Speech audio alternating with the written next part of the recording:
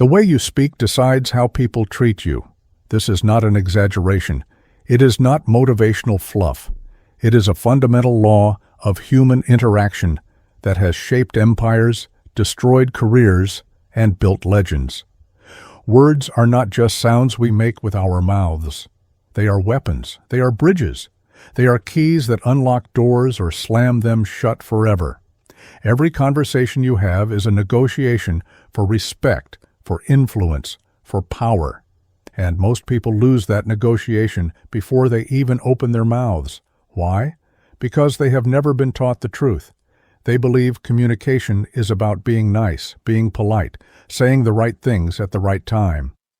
But that is only the surface. Real communication, the kind that makes people lean in when you speak, the kind that makes rooms go silent when you enter, the kind that turns strangers into followers and followers into believers. That communication is an art form, built on principles most will never understand. In this video, you will learn 10 techniques that separate leaders from followers, influencers from the invisible, the powerful from the powerless. These are not tricks. These are not hacks. These are foundational truths about human psychology, about presence, about the mechanics of influence. By the end of this journey, you will see conversations differently. You will understand the invisible forces at play every time two people speak, and you will have the tools to control those forces, to bend them to your will, not through manipulation, but through mastery. This is not for everyone. Some will hear these truths and reject them because they are uncomfortable. They challenge the pleasant lies we tell ourselves about equality in conversation, about everyone having an equal voice. But if you are still here, if you are still listening, then you are ready. You are ready to learn what leaders know. You are ready to speak with authority, to command respect, to influence without effort. Let us begin. The first truth you must understand is this. You have 7 seconds.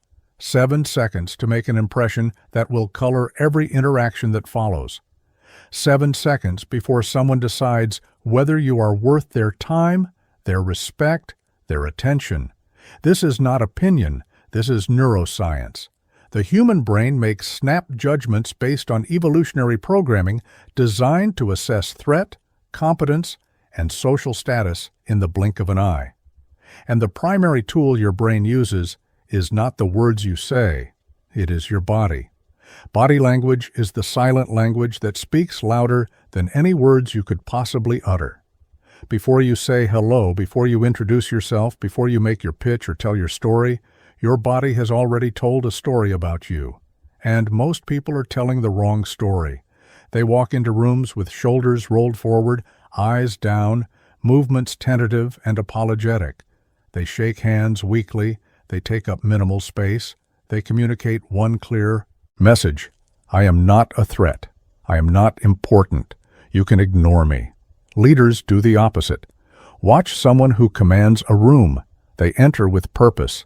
Their spine is straight, their chest is open, their chin is level. They move with deliberate confidence, not rushed, not hesitant, but certain.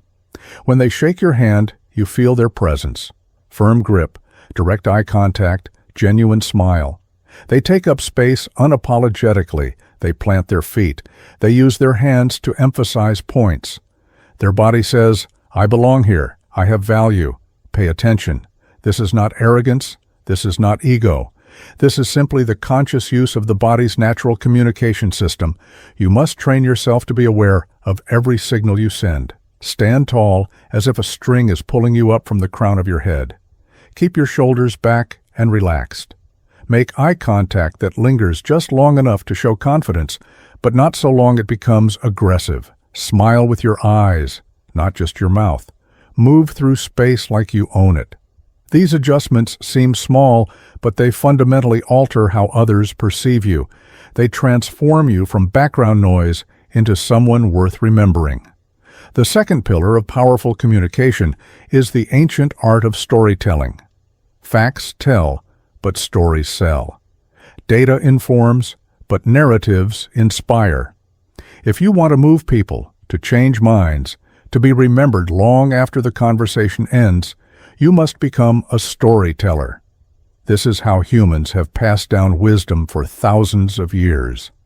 Around fires, in temples, in town squares, not through bullet points and statistics, but through stories that make us feel, that help us see ourselves in the narrative, that lodge themselves in our memory like seeds. Every great leader is a great storyteller. They do not just present information. They weave that information into a narrative arc with characters, conflict, and resolution. They understand that the human brain is wired to remember stories far better than isolated facts. When you tell someone that customer satisfaction increased by 30%, they may nod. They may even write it down. But they will forget it by tomorrow. When you tell them about a specific customer, Sarah, who was so frustrated with your old system that she nearly left, but then discovered your new solution and sent a thank you email saying it changed her business, now they remember. Now they care. Now they are emotionally invested. The structure of powerful stories is simple, but must be honored. You need a protagonist, someone your audience can relate to or root for. You need a problem, a source of tension that makes them wonder what happens next. You need a journey, the struggle, and the stakes. And you need a resolution, the transformation that occurred. Personal stories are especially powerful because they reveal vulnerability and authenticity. When you share a moment of failure before success, when you admit your own struggles, you do not weaken your authority. You strengthen it. You become human, relatable, trustworthy. Practice this. Take the next presentation you have to give, the next point you need to make, and ask yourself, is there a story here? Can I illustrate this principle with a real example, a real person, a real moment? The answer is always yes. Every lesson worth teaching came from someone's experience. Every principle worth sharing was forged in the fire of real-world application. Find those stories. Tell them well. And watch as your words transform from forgettable information into unforgettable wisdom. The third foundation, and perhaps the most overlooked, is empathy. Real empathy, not the shallow performance of nodding along while you wait for your turn to speak. True empathy is the ability to step outside your own perspective, your own agenda, your own ego, and genuinely understand what another person is experiencing. It is the difference between hearing words and understanding meaning, between a transaction and a connection, between someone who speaks at people and someone who speaks with them. Most conversations are not conversations at all. They are two monologues disguised as dialogue. Person A speaks while person B waits impatiently to make their point. Then person B speaks while person A plans their rebuttal. No one is truly listening. No one is truly connecting. This is why most conversations feel hollow, why they leave us unsatisfied, why they change nothing and mean nothing. But when you master empathy, when you develop the discipline to truly listen, you unlock a power that few possess. Empathetic listening requires you to silence the voice in your head that is judging, planning, defending. It requires you to focus completely on understanding the other person's world. What are they really saying beneath their words? What emotions are driving their message? What fears, what hopes, what wounds? When someone tells you about a problem, your instinct may be to immediately offer solutions. Resist that instinct. Instead, reflect back what you hear. So what you are saying is, you feel overwhelmed because the deadlines keep changing and you do not have control over your schedule. Watch what happens. They will feel seen, understood, and in that moment, you have built a bridge of trust stronger than any clever argument could construct. Empathy is not weakness. It is strategic intelligence. When you understand what truly motivates someone, what they value, what they fear, you can communicate in ways that resonate at a deeper level. You can frame your ideas in terms of their priorities, not yours. You can address their unspoken objections before they even raise them. You can turn resistance into receptivity simply by showing that you see them as a complete human being, not an obstacle to overcome or a target to convince. This is how you build loyalty. This is how you inspire action. This is how you lead. The fourth technique may seem simple, almost trivial, but it is backed by decades of psychological research and the wisdom of everyone from ancient philosophers to modern titans of industry. Use people's names, not casually, not automatically, but intentionally and sincerely.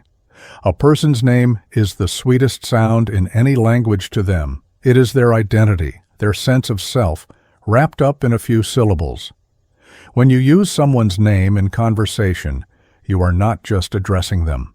You are acknowledging their existence as an individual worthy of your attention and respect. Dale Carnegie taught this principle nearly a century ago, and it remains as powerful today as it was then. When you meet someone new, make a point to use their name within the first 30 seconds. Nice to meet you, Michael.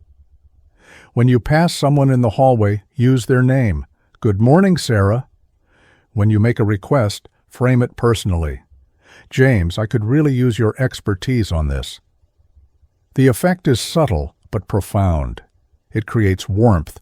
It builds familiarity. It makes the other person feel valued in a world where most people feel invisible and interchangeable. But there is an art to this. Overuse becomes manipulation. If you say someone's name at the end of every sentence, it sounds rehearsed and insincere. The key is natural integration. Use it at the beginning of a conversation to establish connection. Use it during moments of emphasis to draw their focus. Use it when expressing gratitude or making important points. And always get the pronunciation right. If you are unsure, ask. Nothing shows disrespect quite like consistently mispronouncing someone's name while claiming to value them. There is also deeper psychology at work here. When you remember someone's name, especially after meeting them just once or twice, you signal that they mattered enough for you to pay attention.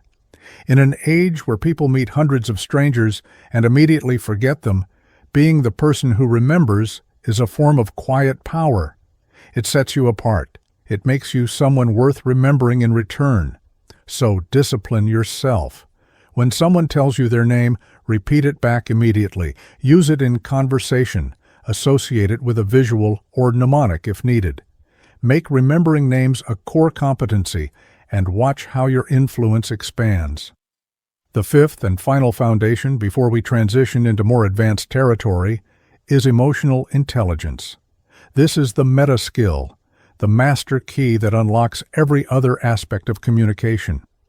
Emotional intelligence is your ability to recognize, understand, and manage your own emotions while also reading and influencing the emotions of others. It is the difference between reacting and responding, between being controlled by your feelings and channeling them strategically, between alienating people with unfiltered outbursts and inspiring them with calibrated expression. Think about the last time you were in a heated conversation. Maybe it was an argument with a colleague, a tense negotiation, a difficult discussion with a loved one. What happened? For most people, emotions took over. Heart rate increased, voice rose, logic fled.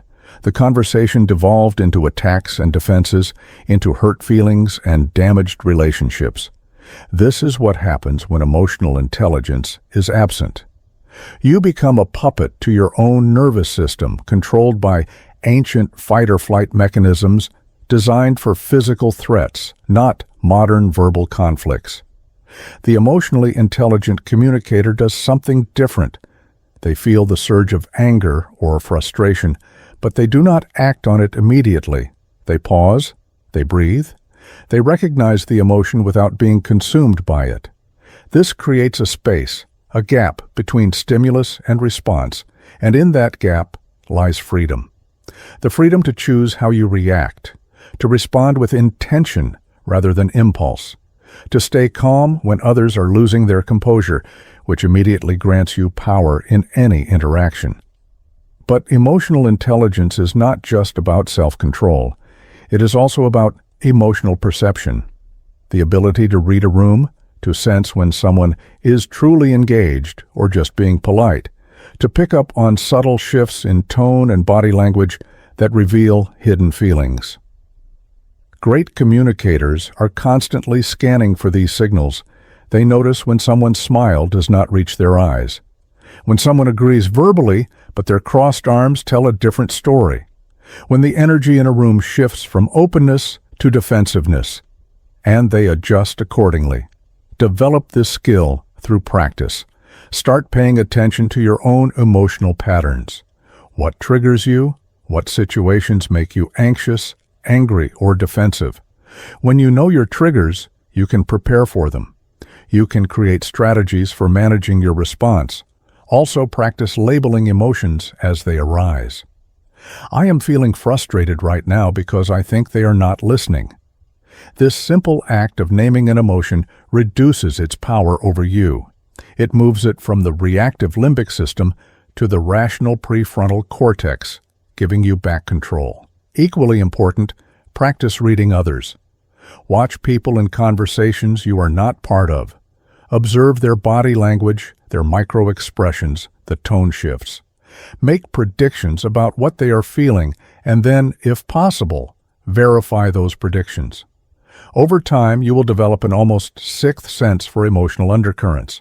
This will make you unshakable in difficult conversations and magnetic in positive ones.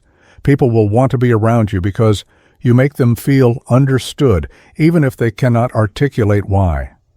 Before we continue deeper into this territory, I need you to do something.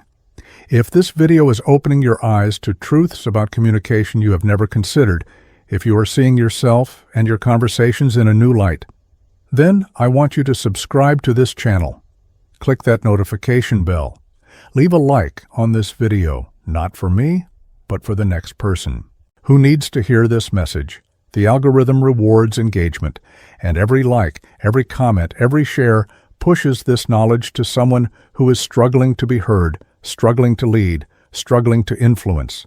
You have the power to help them. Use it. We have established the foundations. You now understand the power of physical presence, of storytelling, of empathy, of names, of emotional intelligence. These are the pillars, the non-negotiables, the elements that separate someone who speaks from someone who communicates. But these are defensive tools. They protect you from common mistakes. They establish baseline competence. Now we enter different territory. Now we discuss the tactics that actively amplify your influence, that give you control over the flow and outcome of conversations. These next 5 techniques are not for the faint of heart. They require precision, they require practice, and they require a willingness to step beyond comfort into mastery. The first advanced technique is active feedback, specifically the art of reflective listening and paraphrasing. You may think you already do this, but I promise you, most people do not. Active feedback is not simply waiting for your turn to speak or nodding along passively. It is the deliberate practice of playing back what you have heard in your own words to demonstrate understanding and to give the other person a mirror to see their own thoughts clearly. This technique transforms conversations from superficial exchanges into deep dialogues that build trust and clarity. Here is how it works. Someone shares an idea, a concern, a plan. Before you respond with your own thoughts, you pause and you reflect back the essence of what they said. Not word for word, which would sound robotic, but the core meaning.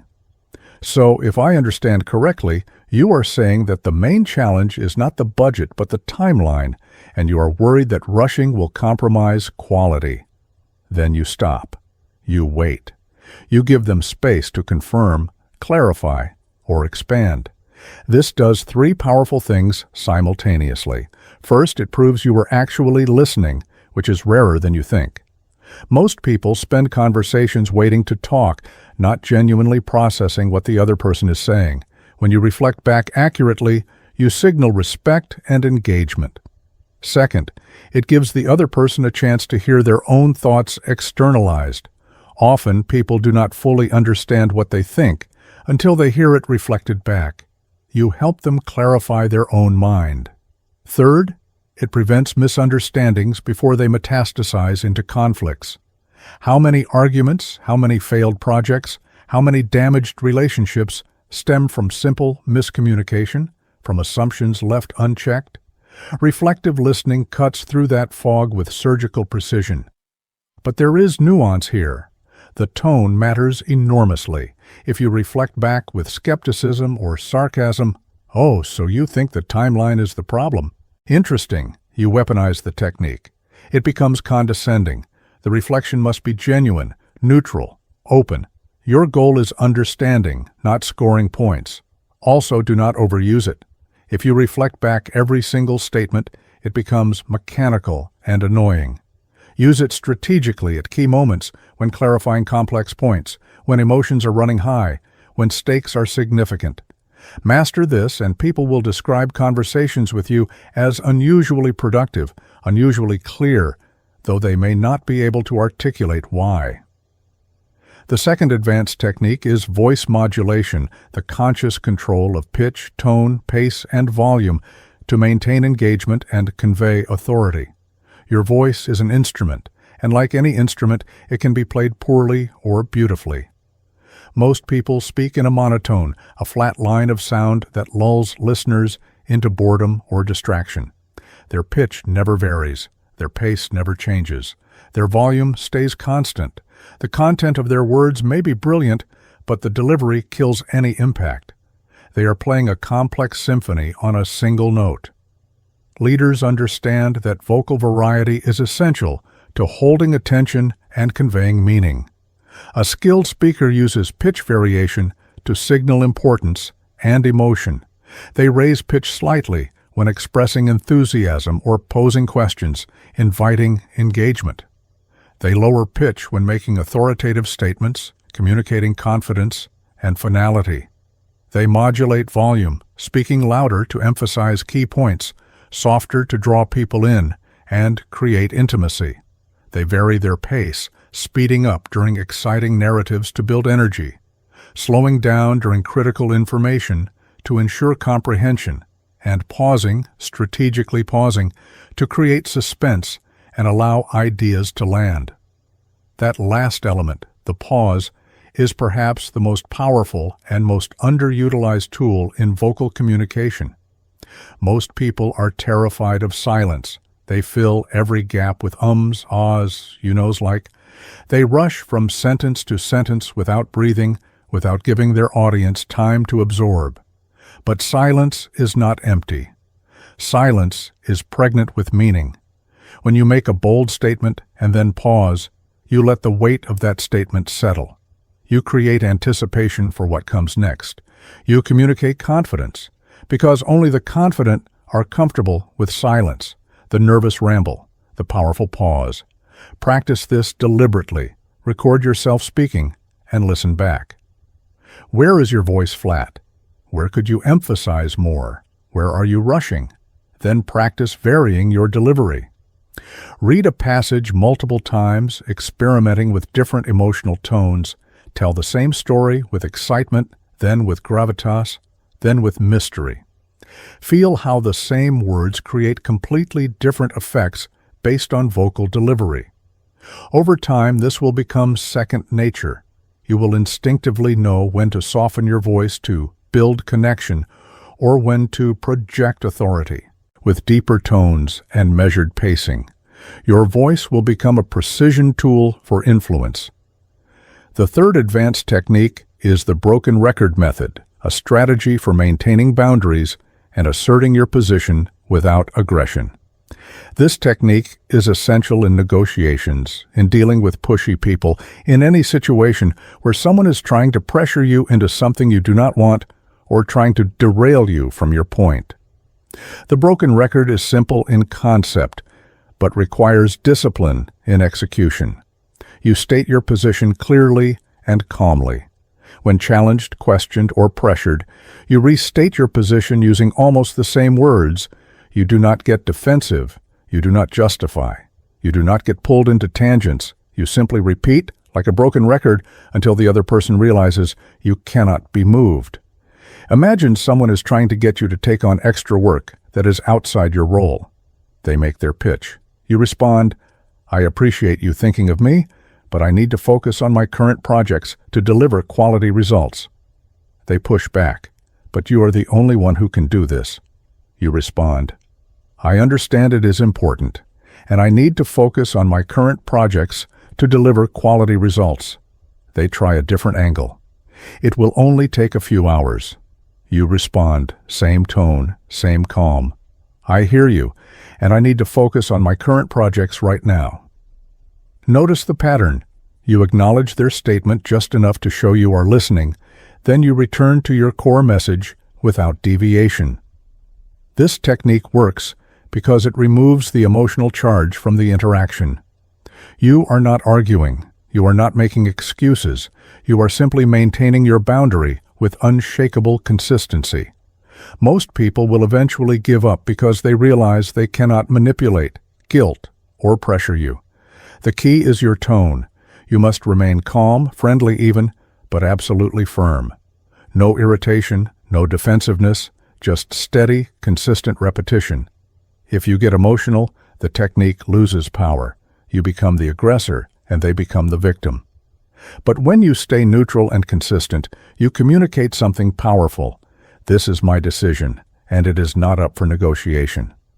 Use this in sales situations where someone is pushing you to buy, in work situations where your boundaries are being tested, in personal relationships where someone is trying to guilt you into something.